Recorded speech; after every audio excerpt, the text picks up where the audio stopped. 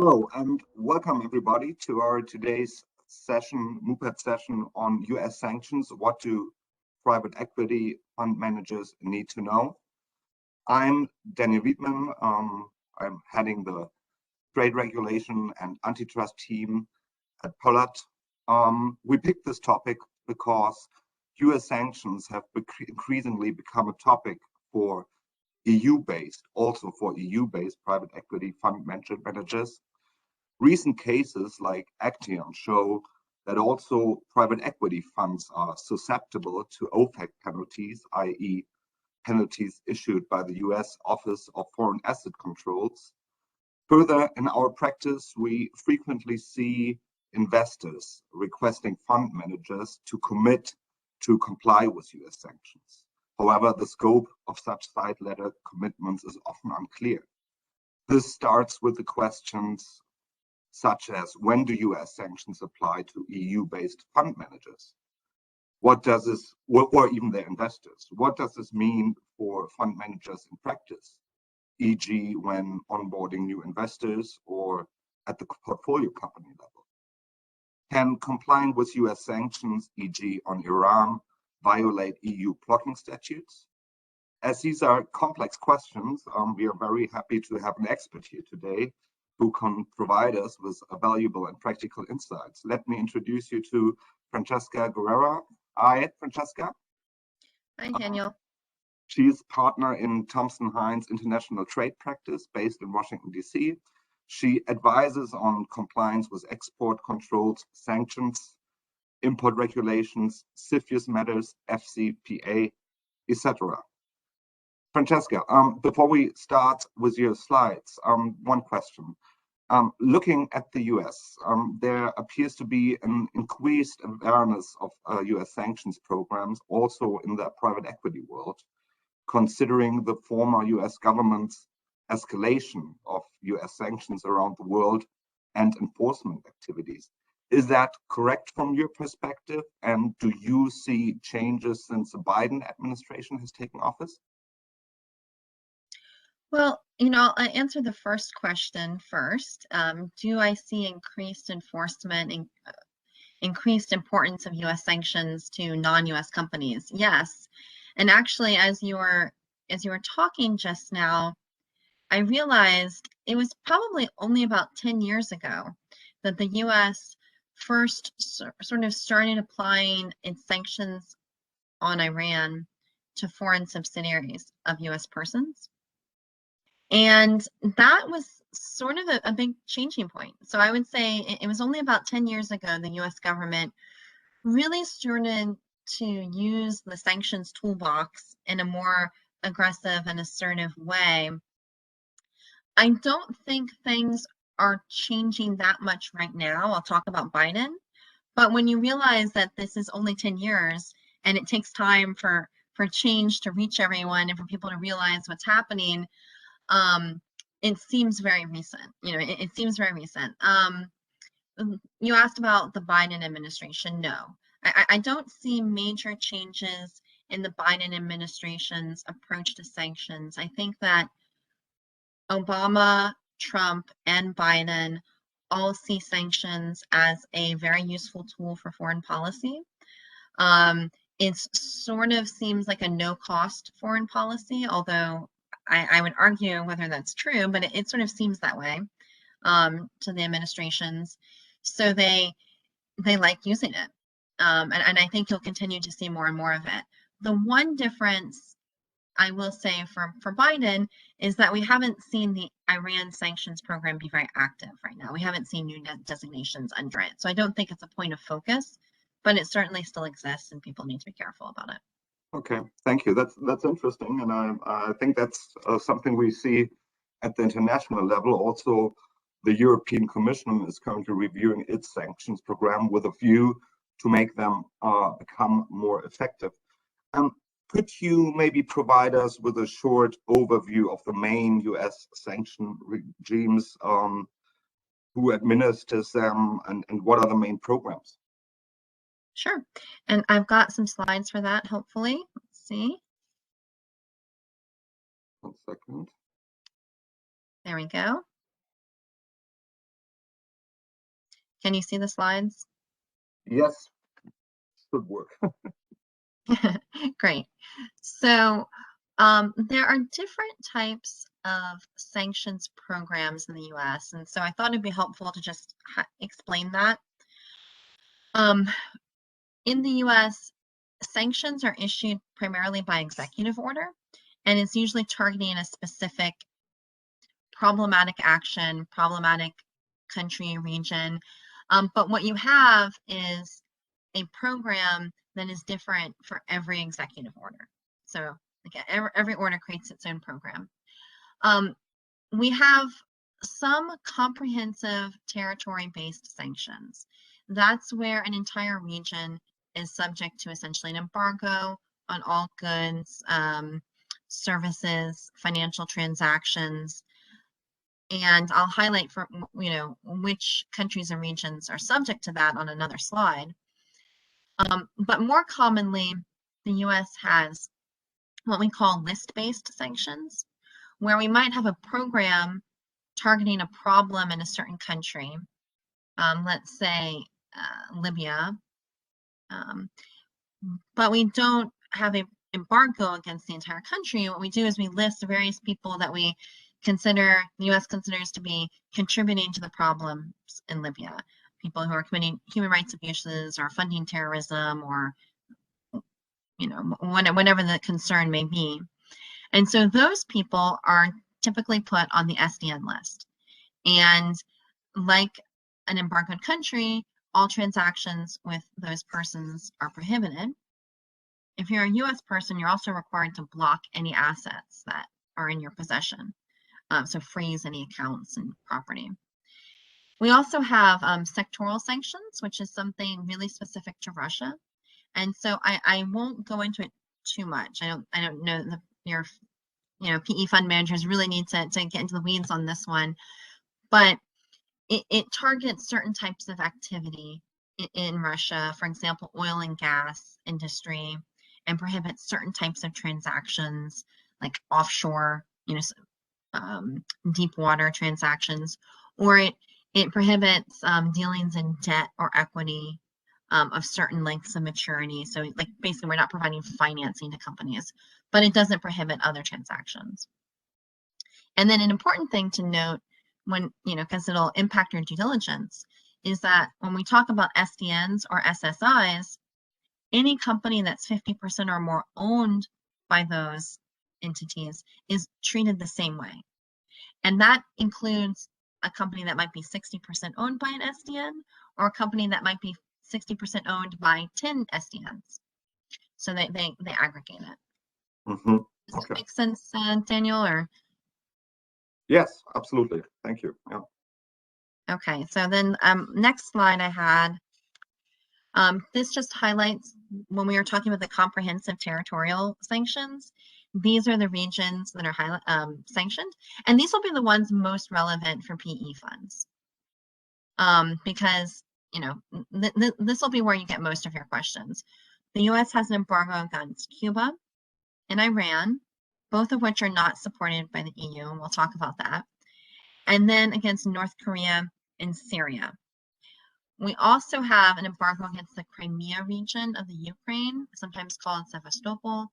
That one's pretty tricky because it's not a country. So, you'll have a contract or you'll have some sort of purchase order, and it won't necessarily say that it's in that region. So companies have to, put a little thought in to figure out if the person they're dealing with is in Crimea.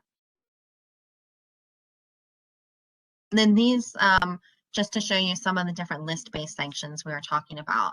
The US does not have a program, an embargo against Belarus or Congo or Iraq, but in each of those countries there are certain behaviors, certain conditions happening, and so when the US government identifies people or companies engaged in that, they put them on the SDN list, and that's what happens here. And these are different sort of policies. Global Magnitsky was originally related to some alleged poisonings of Russian, I guess, opponents of the current Russian government. Yeah. That was the creation of that sanctions program, and so they sanctioned people under that. But those are still list-based, and it's pretty easy to find the lists of sanctioned people. Are most of your clients, Daniel, familiar with how to find the lists of sanctioned parties, you think? I think some certainly are, but surely makes sense to if you can briefly summarize that. Yeah. Sure. So there are a couple ways to do it. One is you can go directly to the U.S. government sites.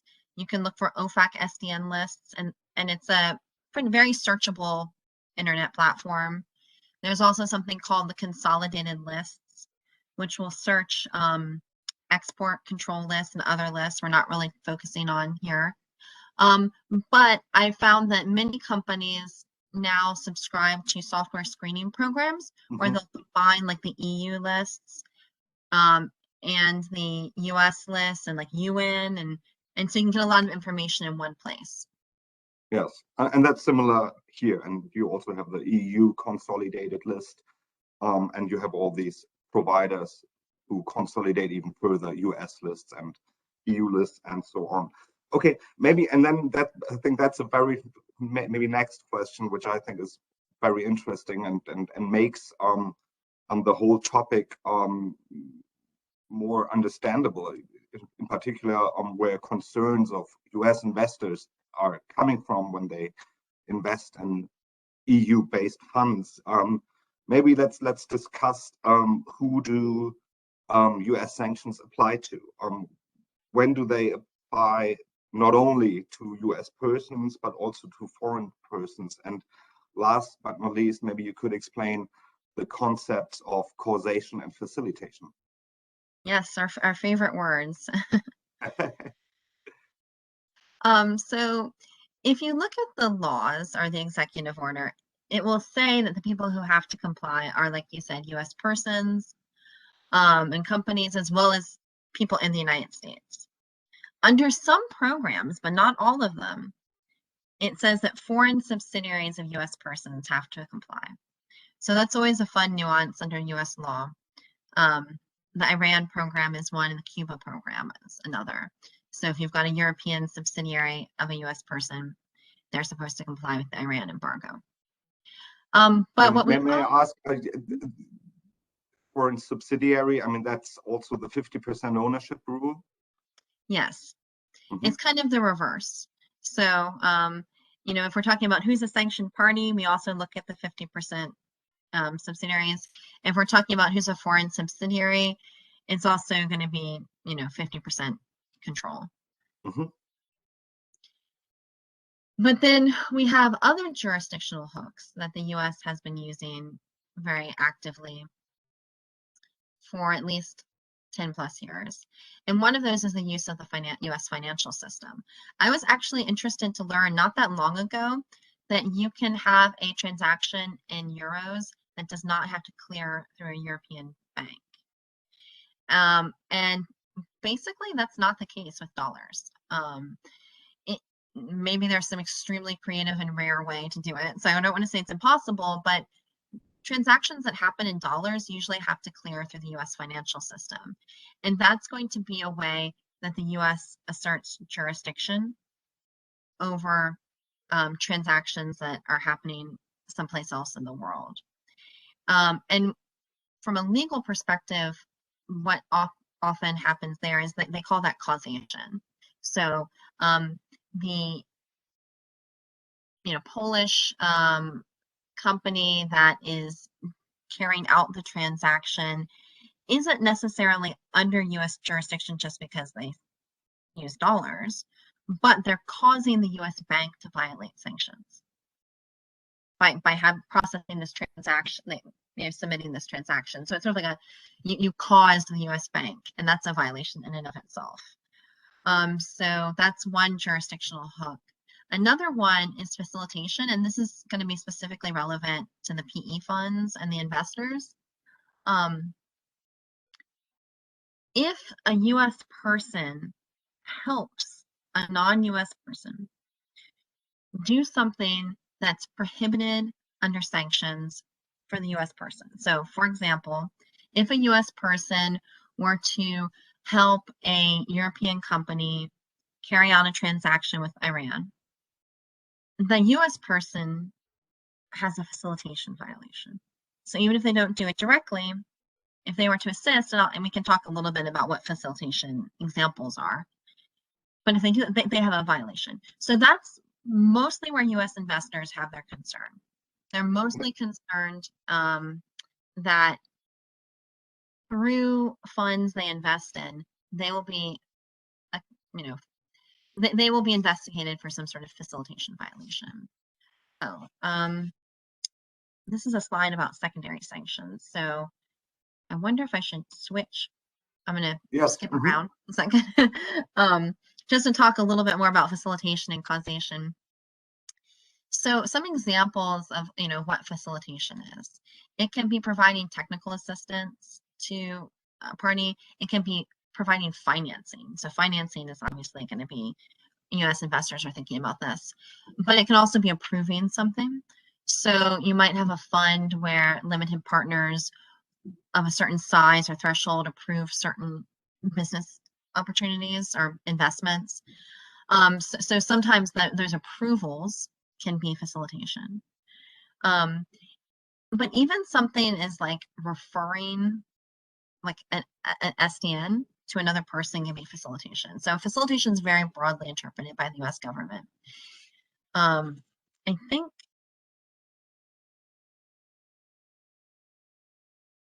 should I take a moment on this slide? Maybe let's still stay here, and the question, who do US sanctions apply to? I think maybe we go into the details a bit later.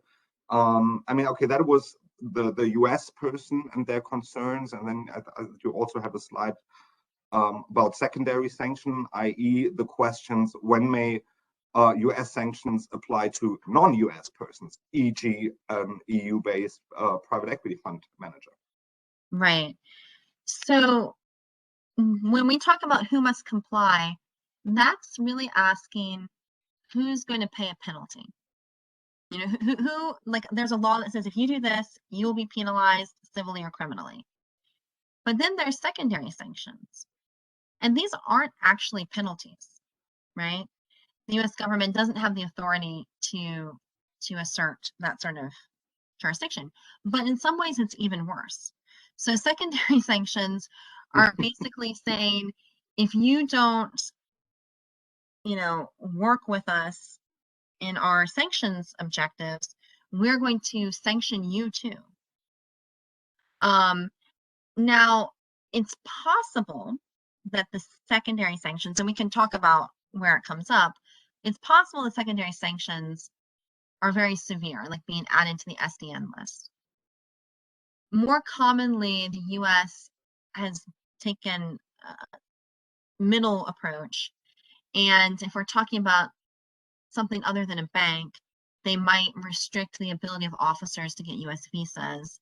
They might, restrict access to US government contracting. They might do like something besides making them an SDN. But they do have that authority. They can name as an SDN a company that violates secondary sanctions.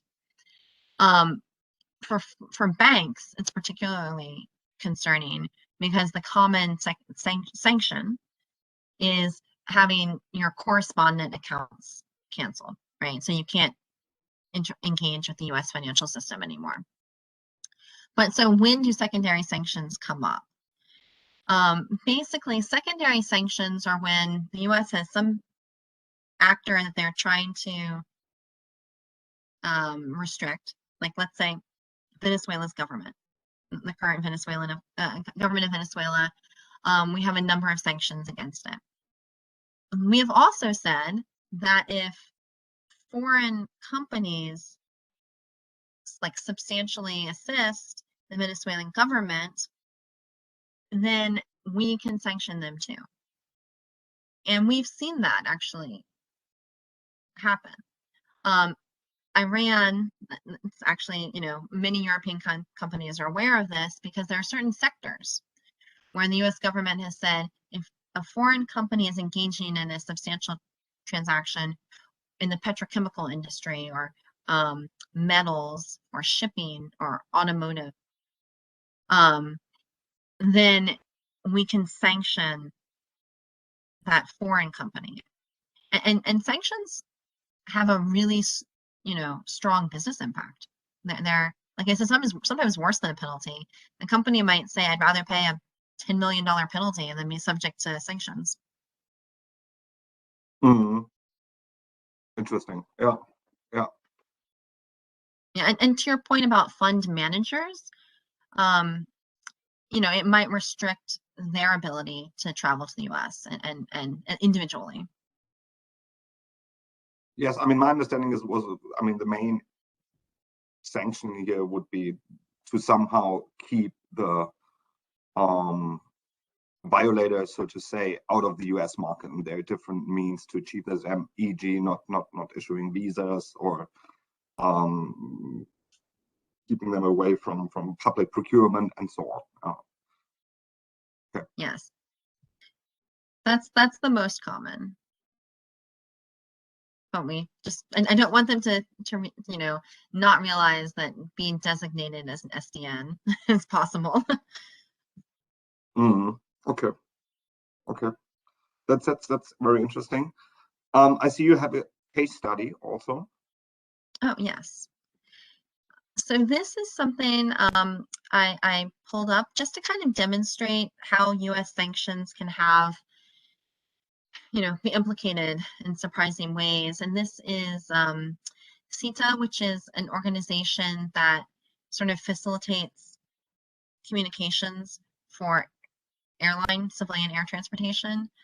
Some of it is sort of dispatch and connectivity. Some of it's like reservation services and messaging. But they're based in Switzerland and provide this to companies globally. And some of the goods and technology that they pull and then use to give to their clients were coming from the United States. So, a few years ago, there was an investigation by OFAC, and I forgot to mention, OFAC is the agency that enforces U.S. sanctions, the Office of Foreign Assets Control. And they realized that some of these, that these services were being provided to SDNs in Iran and Syria. And there was a significant investigation, and ultimately CETA paid about $7.8 million to settle the apparent violations, which is in the sanctions world relatively modest amount. I noted the maximum here because one thing I always like to flag for people is, sanctions penalties are like per action. And so if you have multiple small transactions, the potential maximum penalty can get very, very large very quickly, which is what leverages, settlements. And here they made a settlement even though they weren't a U.S. company. So you're thinking, oh, they shouldn't have to pay penalties. But there was that basically causation theory. They had been pulling things from the United States. Okay, thank you for this case study. So yeah, maybe let's talk more about what this means in practice for private equity fund managers. I mean, based on what you explained, as I understand it, U.S. sanction could, in particular, apply to an EU-based fund manager if it qualifies as a U.S. person, e.g., because it has a U.S. investor that takes 50% of the 50% interest, or if it engages in activities that would be relevant under the secondary sanctions regime. That's one, right? And then the second one is, of course, the concerns of an investor in that fund that may be a U.S. person. Yes, exactly. So there's, like you said, the possibility that the fund itself, because of its investors, might become required to comply with U.S. sanctions. Then there's the secondary sanctions risk, and then there's the concerns of their investors. And here I sort of broke down some examples so you can think about, what the risks are for different types of funds. One where there really is not significant U.S. ownership and the general partner and managers are not U.S. persons. Really, it's sort of secondary sanctions, or potentially if there's a transaction involving U.S. person facilitation causation. If you have more than 50% U.S. ownership, I think that's in some ways simpler from a U.S. perspective. You're basically required to comply with U.S. sanctions, but we'll talk about the EU blocking statute, right? So that makes it complicated. And just to be clear here, I think, and that's an interesting point. I think, because we often take the position, which has some reason behind it, that the fund is ultimately controlled by the general partner or the managing limited partner, but not for purposes of U.S. sanctions law. If it's a 50% ownership, it's more purely quantitative assessment, then it's regarded as a U.S. person, right? Yes, I would say generally speaking, that's the rule. And I know that people have tried to argue otherwise, but I haven't really seen that successfully, sustained that argument in an enforcement case. So, yes, if there's more than 50% ownership, I would say you should treat yourself like a U.S. person, because that is what the regulations say. And then, I also wanted to highlight that it's possible that it's not the investors that are really of concern, but one of the managers, at the general partner level might be a U.S. person, a dual citizen, or an expat. And, if someone's a manager, they don't really change the status of the fund, but they do have significant risk for themselves. They can't approve transactions and approve, business dealings that would violate U.S. sanctions, even though they're not carrying it out as their individual self. Okay. So that's very interesting, and I think the main scenario we see here, or which from my perspective is most relevant in practice, is the first one. You have a fund that doesn't qualify as U.S. person, and you have just a minority U.S. investor, but that investor has concerns and then requests before making the investment that the fund manager complies with U.S. law. Maybe let's go a bit into that, and maybe again we can explain what the concern of the investor is. Sure. Okay. So, they're going to be concerned about different things than the fund itself. Mostly they're concerned about facilitation. So if they are providing financing to an entity that then goes and engages in behavior that would be prohibited for them, they are concerned that they will be found to have facilitated this action. It's a really complicated legal question, and I'm not sure if we want to get really deep into it. But I guess one example I can give is that if you invest in a company that does a significant amount of work with Iran, then your investment is much more likely to be considered facilitation than if you invest in a company and they have one transaction with Iran, like as a random outlier, right? The percentage of business is kind of a factor, but there's no bright line rules. So basically, U.S. investors want to avoid it. And I put on the slide here, and just wanted to emphasize then it doesn't matter if the fund itself is complying with the law. So if the fund itself is doing something that's perfectly permitted to do under EU or US sanctions, like because the US sanctions just don't apply to it, the US person who's investing can still have a facilitation violation. They're also concerned, and this is a facilitation question again, but if they approve or authorize something, if they're asked to do that.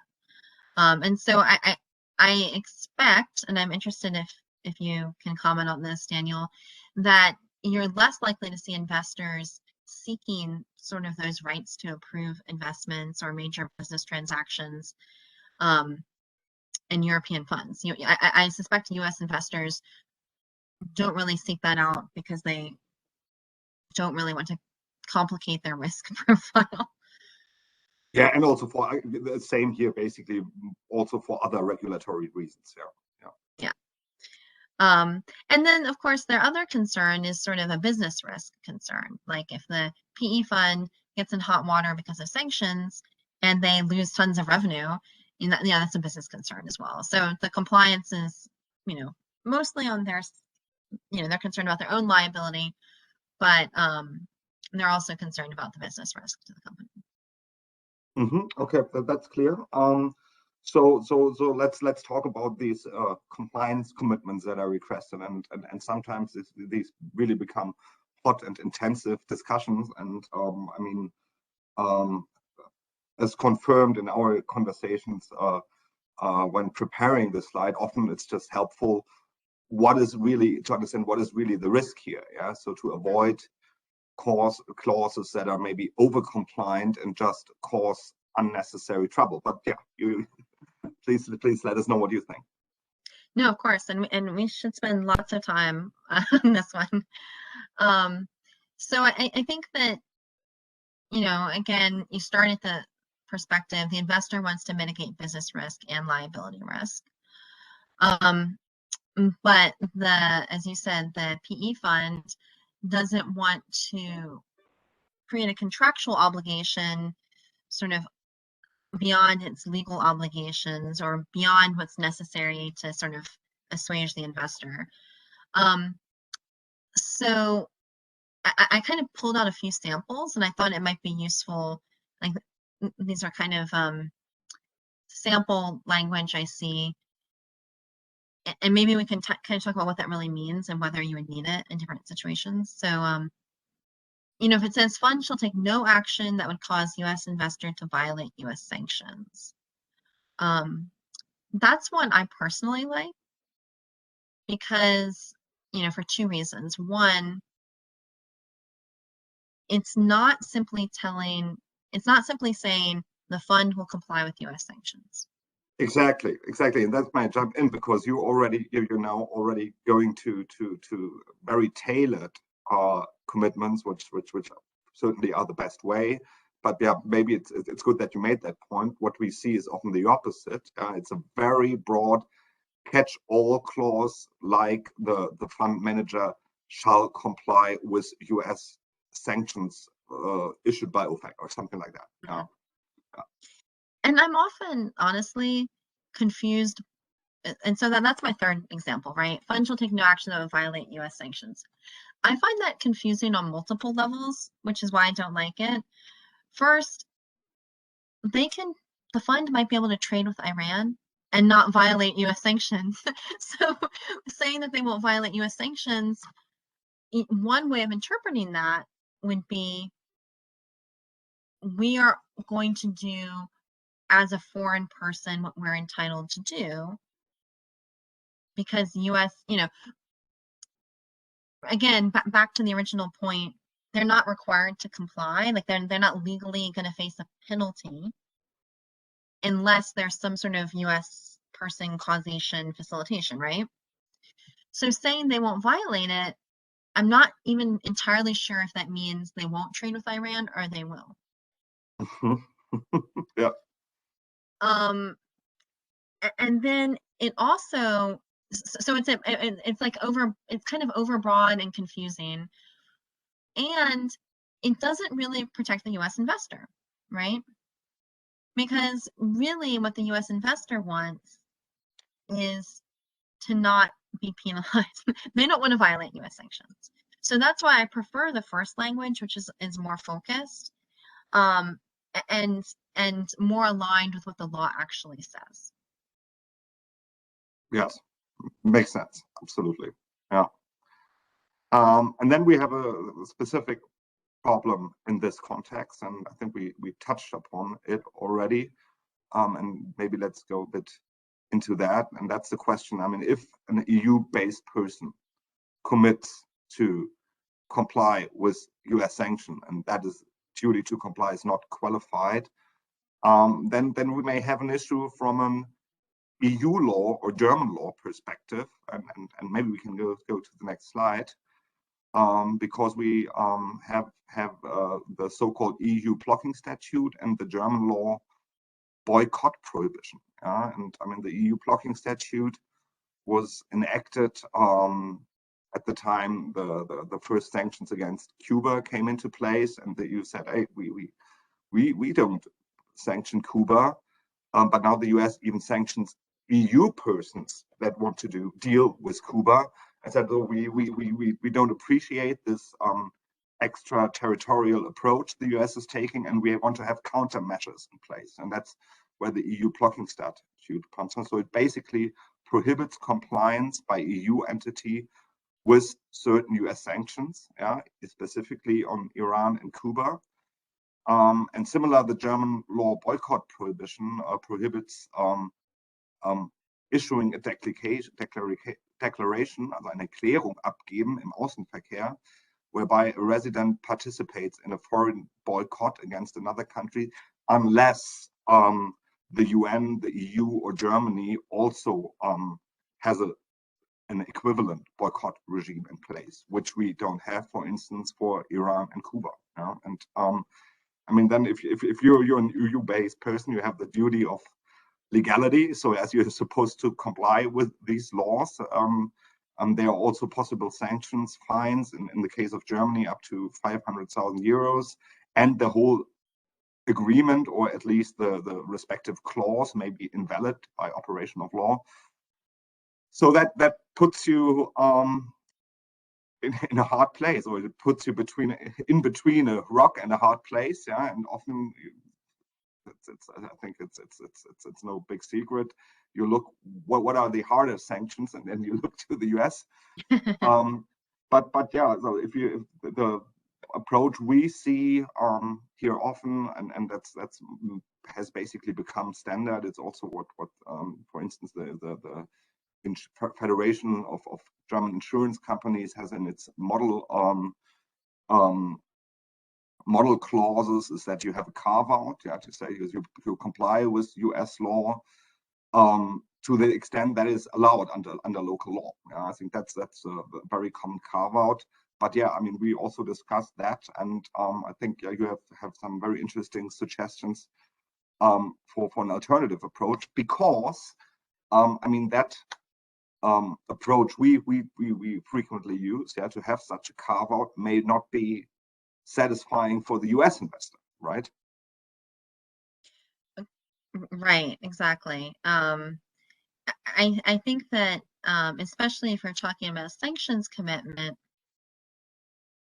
where the company promises to comply unless it conflicts with EU law, most of us know what that means. Most of us in the sanctions practice know what that means, and so it really does sort of undercut whatever protection the US investor was seeking. And so I do think having a provision that, again, maybe back to this slide, taking no action that would cause them to violate sanctions is a little bit more on point, and I think is also more acceptable likely for EU authorities, because it's not that you're promising not to do business with Iran, but you're promising to protect your investor. It's a bit of a nuance, but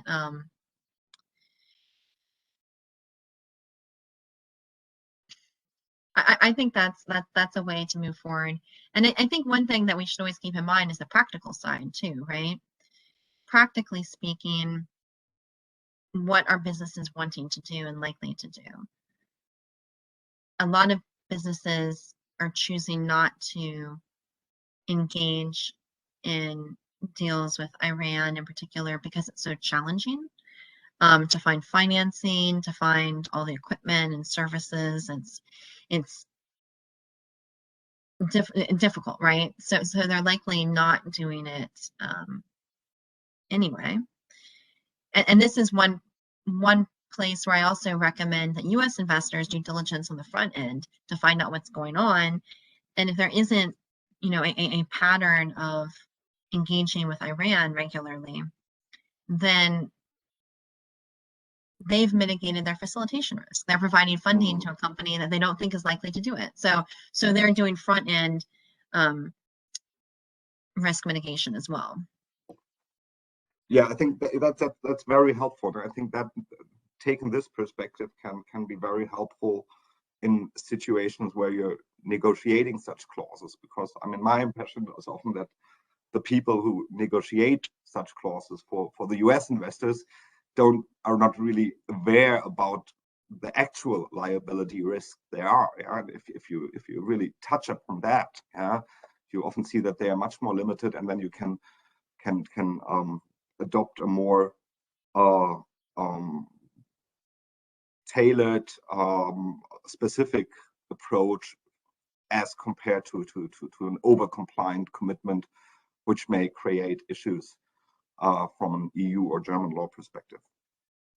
Okay, maybe at the end, I mean, now let's just some practical considerations. I mean, from your perspective, what appropriate measures should an EU-based fund manager take to ensure compliance with US sanctions? So maybe we can differentiate also here a bit about the fund level when onboarding new investors and the portfolio company level. Mm-hmm. Sure. So these are sort of compliance tips really for funds. And again, I highly recommend diligence by both parties at the beginning instead of after you've already entered into a relationship. You want to make sure you have the same goals. And so, I would recommend that funds do some KYC, and I'm sure there are various requirements for this under German law, but just looking to see if their parties might be restricted and looking at beneficial ownership as well. And I will say this is something that as EU sanctions become more robust, is something that's not just because of US law, but it's something, for EU. Exactly.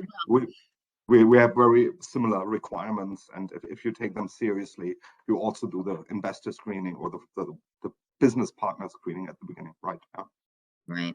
And I know you mentioned that usually the US is the toughest when it comes to sanctions, but we've been seeing just in the last 3 or 4 months that the EU is ahead of us on a few programs like Belarus. And so we're in kind of the shoes on the other foot. We're like, oh, well, this party's not sanctioned by the US, but what does the EU say? Because we know we'll probably follow it in a few months. Okay. So now we know how you feel. But so yes, and then another key point is often to require investors to notify you if their status changes. If they're sanctioned or if their ownership changes in a way that subjects them to sanction. It's not, I mean, if they're a truly bad actor, they're not really going to do this, but at least then you have the contractual requirement that they violated. And it can allow you to take remedial steps that you might want to take. And then high risk investors. This is something I threw in here where, let's say you've got a party that is high risk because its business activities are associated with things that are getting sanctioned, but the person's not sanctioned themselves. I just recommend PE funds think when they're looking at that investor, what would they do if that person does become sanctioned? Because then you have to block their assets. You probably can't pay out whatever dividends or earnings they might be entitled to, it's a real headache. So just keep that in mind when you're vetting whether or not it's worth it.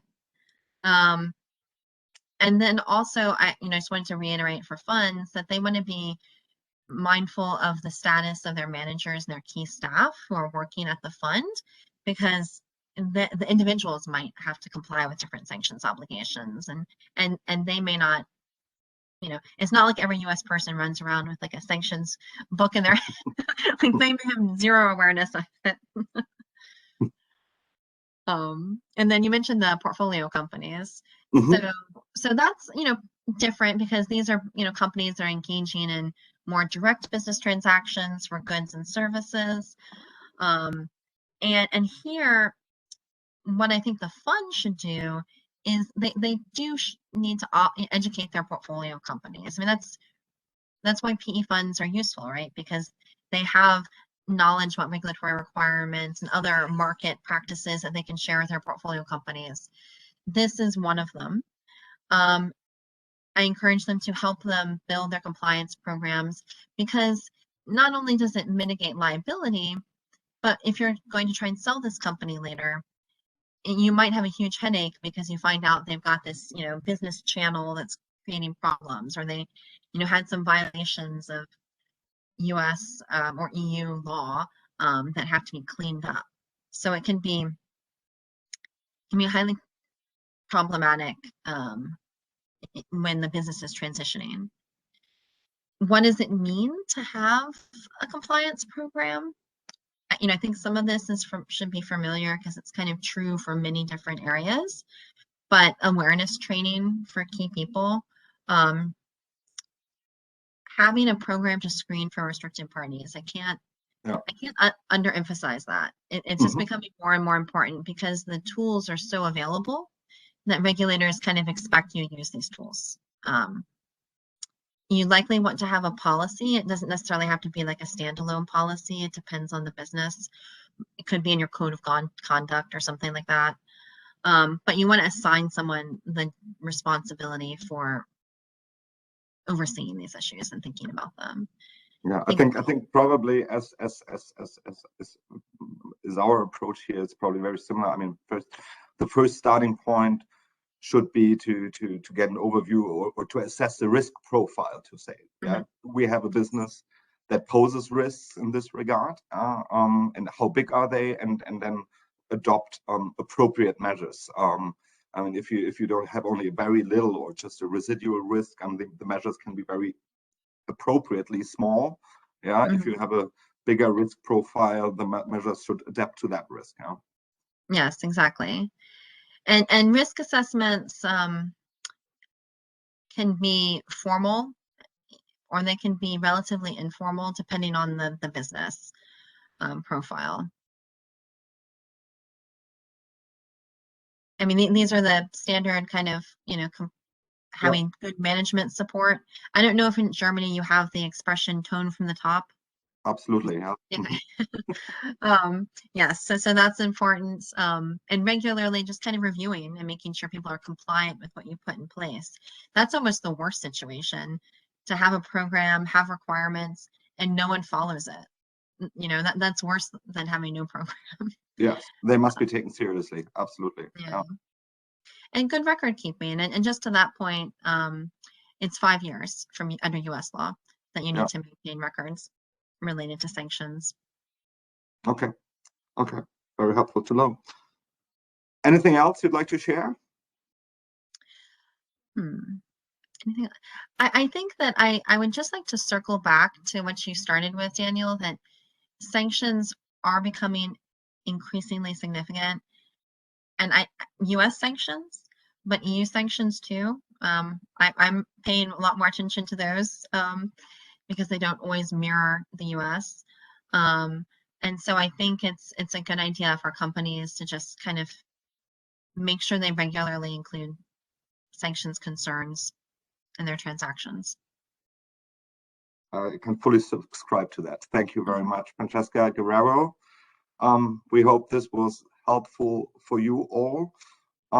If you have questions, please feel free to reach out to Francesca or me. And we wish you a very nice day. Thank you. Bye. Thank you, Daniel.